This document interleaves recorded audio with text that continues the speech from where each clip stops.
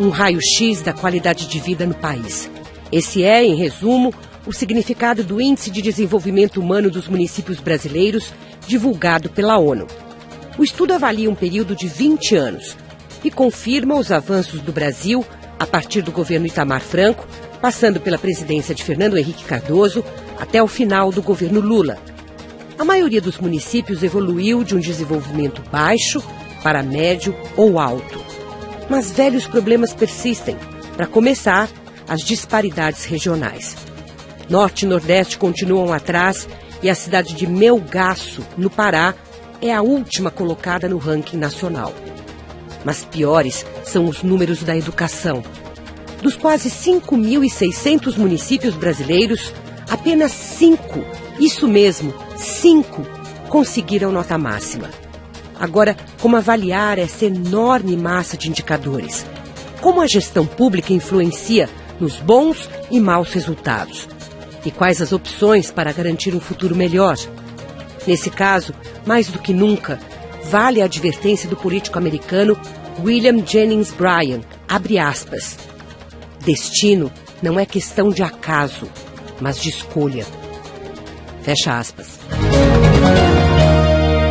E para analisar o estudo da ONU e a qualidade de vida nos municípios brasileiros, recebemos Marcelo Neri, ministro interino da Secretaria de Assuntos Estratégicos, presidente do IPEA, o Instituto de Pesquisa Econômica Aplicada.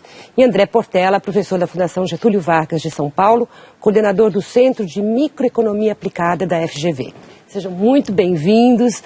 É inegável que esse dado, que a gente conseguiu em 20 anos crescer quase 50% na nossa nota, é bárbaro, é muito bom e vale a pena a gente comemorar. Mas Marcelo Neri conhece tão bem todos esses dados. O IPEA é um dos pilares dessa pesquisa. Eu queria te perguntar o que mais te chama atenção nesse volume colossal de informações que vieram no Atlas. Quer dizer, na verdade, o que chama atenção é a evolução do país. Quer dizer, se você olhar o mapa do país em 91 e hoje, as cores são completamente distintas. Basta dizer que em 91, 85% dos municípios tinham a pior nota, era muito ruim, muito baixo, e hoje 0,6 está nessa faixa. Quer dizer, então é uma mudança muito grande, com queda das distâncias entre municípios, entre localidades. Obviamente o Brasil é um país grande, o que é interessante desse estudo é você olhar a diversidade das fotografias, das mudanças, e aí são, vamos dizer, 5.000 histórias diferentes, e o que eu acho que é interessante é olhar isso. Mas eu acho que, vamos dizer, a educação é o pior indicador, mas foi, na verdade, ela cresceu 128% nesse período. Obviamente depende da métrica que se usa, ainda é muito ruim, mas evoluiu principalmente nos dados de fluxo. Tem uma parte que é o estoque, que é, vamos dizer, a educação da população adulta. O fluxo está mudando, obviamente temos que entrar... E daqui mais 10 anos você vai ter um outro resultado. Tem a agenda da qualidade. Eu acho que, no fundo, a gente tem que começar a entrar na agenda de qualidade. Eu queria perguntar para o André, porque você faz uma pesquisa parecida, não igual, que é o Instituto... o Índice Social de Desenvolvimento dos Municípios, não é? Suas informações, sua pesquisa converge para o resultado do IDHM? Muito. Tem muita similaridade, os resultados, as tendências são muito parecidas. A diferença do nosso indicador é que nós focamos em outras dimensões que não necessariamente as dimensões do IDH divulgado. Exatamente para chamar atenção para outros aspectos também de educação, saúde, segurança, enfim, moradia, etc. Exatamente para chamar a atenção das pessoas e dos gestores desses aspectos que devem ser descobertos, olhados, acompanhados e monitorados, inclusive para serem utilizados para metas de administração, para fazer metas para políticas públicas, etc. E os resultados são muito parecidos. No caso do IDH, a gente está vendo basicamente educação, longevidade da população, né? E renda. E no seu caso, você tem muitos mais dados, né? Quer dizer, mais dados, isso. Saneamento básico, o que mais? Tem vantagens e desvantagens, né? Tem saneamento básico, tem crime, tem condições de moradia, enfim, tem vários outros. Note que energia elétrica, habitação. Exatamente. Mas mesmo no caso de educação, como ministro falou, tem várias dimensões de educação. Tem as dimensões de fluxo, de quantidade, se a criança ou o aluno vai evoluindo de ano a ano, passando de uma série a outra corretamente, se completa um ensino, um nível, por exemplo, ensino fundamental na época correta, como também do aprendizado da criança, o quanto de proficiência aprende o dado ano. No caso do IDH, são duas medidas, uma medida de estoque, que é ano de escolaridade médio, não é isso? E uma medida de fluxo de anos de escolaridade esperado da criança quando está entrando na escola. Esse número, quer dizer, a gente acaba com 57% de jovens que já deveriam ter concluído o ensino fundamental, ainda não concluíram, não é? E 40 e poucos por cento também não conseguiram completar, apenas 40 e poucos por cento conseguiram completar o ensino médio. Ou seja, isso ainda tem muita coisa para ser feita. Não, com certeza. A base era muito baixa, foi o indicador que mais cresceu, que eu acho que permite antever. Eu acho que, na verdade, a educação, até no ciclo da vida, é a primeira etapa. Depois vem a fase que você gera renda e depois você vai ter, com isso, você consegue ter uma vida mais longa. Mas só chamar a atenção que nesse estudo, que é o estudo do PNUD, com o IPEA, Fundação João Pinheiro, a gente, na verdade, apresenta 180 indicadores para cada município. Quer dizer, o IDH é o carro-chefe, mas foi apresentado ontem 180 indicadores sobre todas as dimensões, e que eu acho que é um exercício que ele já abre, se acessa online, ele já abre aonde, no município que você está, e permite ter todos esses olhares diferenciados sobre, quer dizer, sobre a questão da tua área. E isso, até o final do ano, a gente vai lançar uma extensão desse estudo, são as 16 regiões metropolitanas abertas por bairros, pelas redondezas. Agora, são ferramentas que a gestão municipal, ou estadual, ou mesmo federal, efetivamente usam? Ou seja, a gente pesquisa tudo isso e tem consequência? É impressionante. Eu tive há alguns anos atrás no Nordeste, porque essa é a terceira vez que o IPEA, essas instituições fazem essa pesquisa. Tive num seminário em 2006, fiquei impressionado não só pelo uso, mas, quer dizer, cada instituto estadual de pesquisa do Nordeste tinha o seu indicador. E, quer dizer, é além de usar apenas, é gerar o seu, etc. É impressionante. É porque no seu estudo chama atenção, e também no IDH, é evidente, os municípios ainda abaixo da linha da pobreza, onde há a população abaixo da linha de pobreza, que era algo que talvez a gente imaginasse que com o Bolsa Família, com os programas de renda e outros benefícios todos, poderia ter aliviado ainda. Não é ainda um número muito grande para tantos recursos que são postos para essa população? Bom, esses números, reduzir pobreza, de fato, é muito difícil você pensar bem, porque envolve uma série de condições. Você dá a primeira vez a renda, achar a família pobre dá a renda, é até o primeiro momento mais fácil, mas daí para permanecer no programa e você fazer a família desenvolver para sair da pobreza é um processo mais complicado. Eu acho que a primeira fase de achar a família pobre e dar a renda, a gente logrou muito bem, teve um processo de aprendizado, mas chegamos lá. Esse processo agora de sair da pobreza permanentemente, aí é mais difícil, porque envolve educação, saúde, uma série de outras dimensões. Mas eu acho que a gente tem ferramentas, hoje em dia, ferramentas operacionais, que é o cadastro único, que na verdade permite cada município, eu tive a oportunidade de participar de desenho, implementação de programas, cada município desenha um programa, estados agora, já tem 14 estados na base federal, quer dizer, não é só apenas uma coisa, assim, de desenho, traçar metas, mas de operacionalizar. Hoje em dia o município que quiser, e obviamente tem que ter recursos, mas é pouco dinheiro. Quer dizer, Bolsa Família gasta meio ponto de porcentagem do PIB, não é nada. Previdência é 13%. E, na verdade, você tem a possibilidade de operacionalizar políticas que em 3, 4 meses estão na ponta. Por quê? Porque toda a base cadastral com endereço... É fácil de chegar, né? Agora, fácil de chegar. As palavras do Brasil, os conceitos, eles têm moda, né? Durante os anos 80, parte dos anos 90, o que mais se falava era em descentralização. Chegava-se à conclusão de que a centralização excessiva no governo federal ou no governo do estado deixava os municípios fragilizados e eles precisavam gerir com a fiscalização da população a aplicação desses recursos. Esse é um conceito que meio sumiu, desapareceu, ninguém mais fala em descentralização. O que a gente pode dizer que surtiu efeito?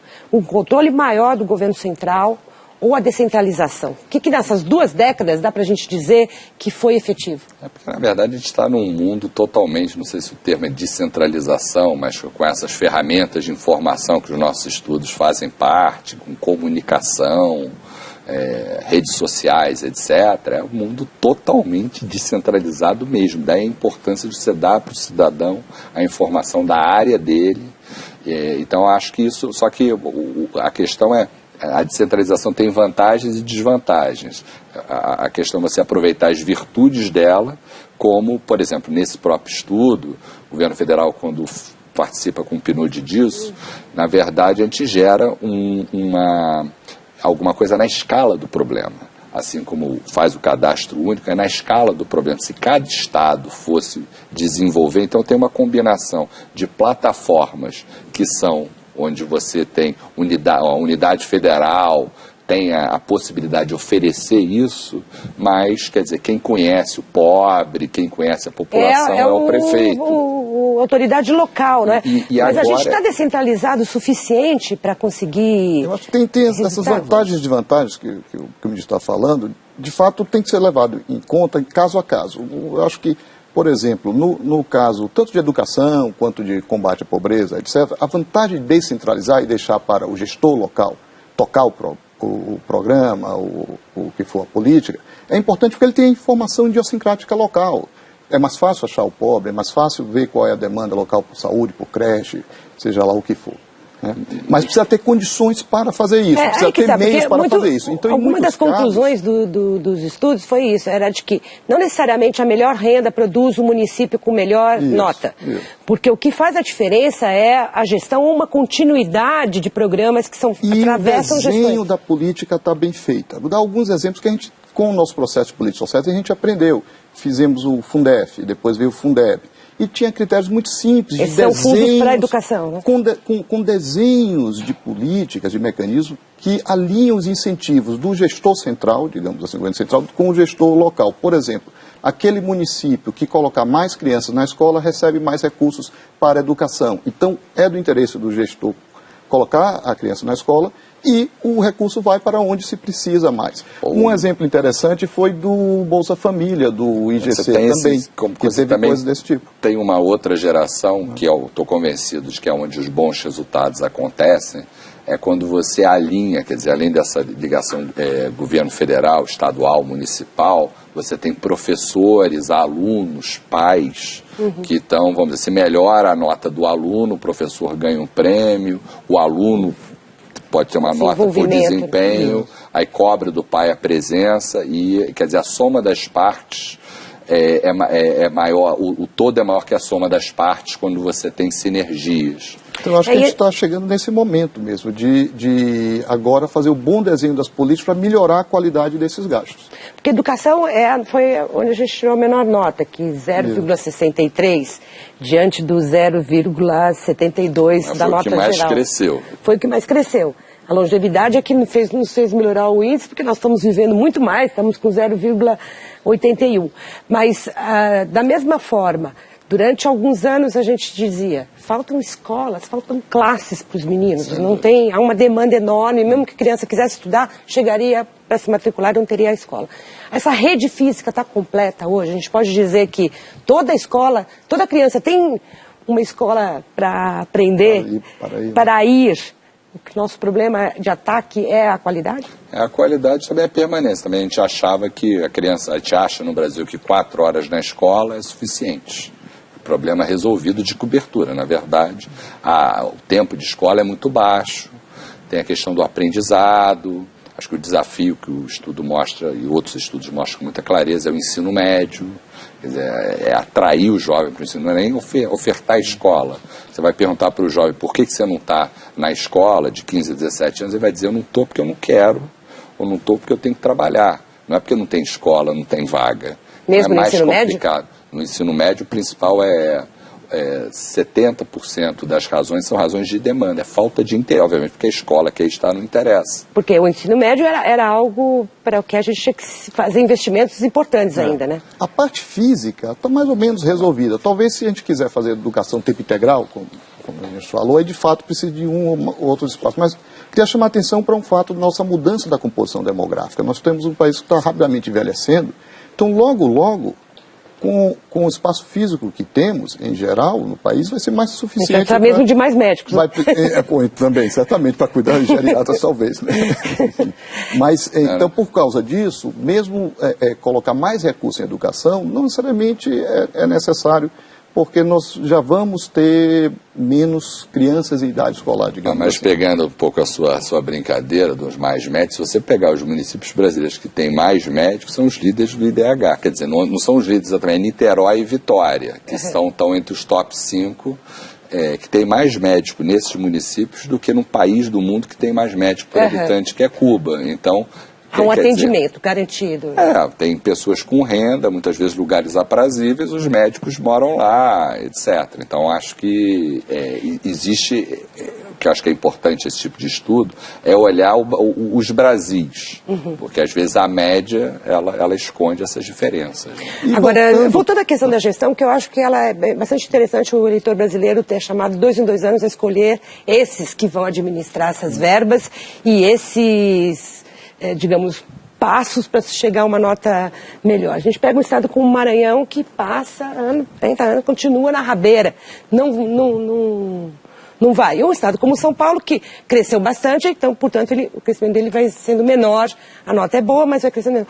O que faz para que um estado como o Maranhão não ande, não evolua na mesma velocidade do resto do Brasil? Mas mesmo no Maranhão, para ter um município santinês, lá... perdido ali, que teve um avanço fantástico, quer dizer, mesmo em indicadores ruins, você tem experiência, que é isso que o André está falando, assim, que é importante aprender, e às vezes, você olhando para esses indicadores, você identifica tendências, aí você vai lá, mergulha, qual é a história, você vai ver que tinha um secretário de educação.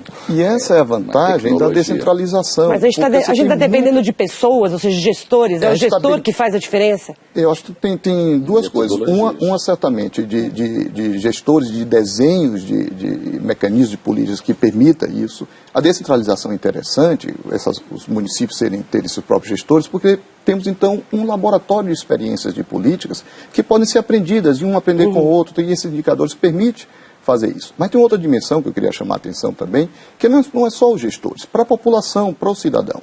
Nós temos um estudo lá na Fundação, por exemplo, em que a gente mostra que aqueles municípios que mais cresceram o IDEB foram os municípios em que os prefeitos tiverem maior probabilidade de reeleição.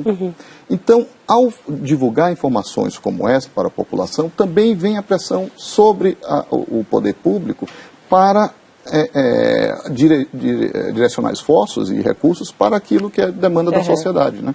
Então tem esse lado que é muito importante. Que é interessante. Né? E eu queria te perguntar, Marcelo, quanto que a renda, quer dizer, a gente vem tendo melhorias de renda constantes no Brasil também, embora haja concentração, embora a desigualdade seja grande, mas a renda vem melhorando nesses 20 anos de uma maneira também sistemática. Quanto que isso afeta esse IDH? Afeta bastante, até porque a renda dessas medidas, não só o censo, mas o PNAD, pelo menos nos últimos 10 anos, tem crescido mais, ou de 2000 a 2010, bem mais do que o PIB. Cresceu mais ou menos a renda total 4% ao ano, que infelizmente não foi o crescimento do PIB, mas eu acho que o destaque desse período foi redução de desigualdade. Se você pegar os 10% menos, eles cresceram 550% mais rápido que os 10% mais. Está acelerando onde tem que acelerar. Então, o bolo cresceu com mais distribuição, e aí você pega a pobreza no Brasil, acho que a pobreza no Brasil ela caiu 57%, uma queda da meta da ONU é fazer essa queda em 25 anos, e metade é crescimento, metade é redução de desigualdade. Então, acho que o Brasil vem seguindo um caminho do meio interessante, que é pouco característico. Você vai ver outros países emergentes, é crescimento com aumento de desigualdade, como a China, a Índia. Obviamente a pobreza até cai muito mais lá. China criou uma classe média de 300 milhões e mais do que o Brasil, né? Também tem que respeitar. De toda forma, a gente já está aqui em outra década, já temos um quarto de década transcorrida. Eu pergunto se a política econômica que a gente tem hoje no Brasil vai proporcionar um resultado bom daqui no final da década. Vamos ter motivos para comemorar de novo. Estamos estacionando, patinando, estamos crescendo do mesmo jeito, mas daqui a pouquinho, depois do intervalo. Será que daqui 10 anos, ou no final desta década, a gente vai ter motivos para continuar comemorando nossos avanços, a política econômica que temos hoje, os problemas que estão aparecendo, a inflação, o crescimento mais baixo, vão fazer diferença nessa gestão de recursos públicos? Vocês estão com que tipo de perspectiva, André? Eu acho que o nosso maior desafio é o aumento da produtividade do trabalhador. Ainda os nossos ganhos de produtividade são muito baixos. A gente precisa, de fato, enfrentar essa questão. De um lado, a produtividade do trabalhador com a educação. Isso, claro, isso é muito importante. Mas também a produtividade dos postos de trabalho. Nós temos um ambiente com muitas inovações tecnológicas. Inovações tecnológicas têm que gerar frutos, de gerar novas ocupações, novos setores, destruir velhas ocupações, migrar de uma ocupação para outra. E o nosso ambiente institucional está muito ainda olhando para trás. A gente precisa renovar esse ambiente institucional. E aí a política econômica pode ter papéis importantes nisso, fazer políticas horizontais, previsíveis. Ou ainda não? Eu acho que ainda está muito acanhado. Tem que fazer mais. Tem que fazer mais. O que você acha, Marcelo? Porque eu acho que se você olha para, vamos dizer, para o macroeconomia, etc., essa década não começou bem em termos de PIB, o crescimento do PIB.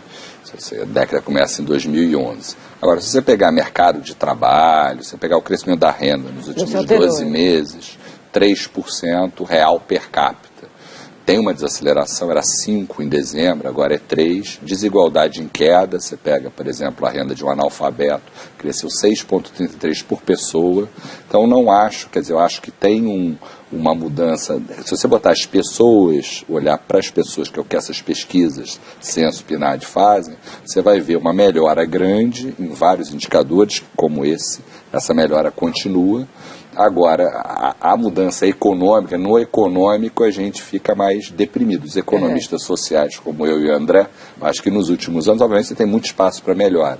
Mas eu acho que estão muito mais felizes, muito mais, vamos dizer, emocionados com o que vemos do que os macroeconomistas, porque o macroeconomista vê a média e é uma média que está mais medíocre do que o crescimento da renda das pessoas, sem falar em educação, saúde.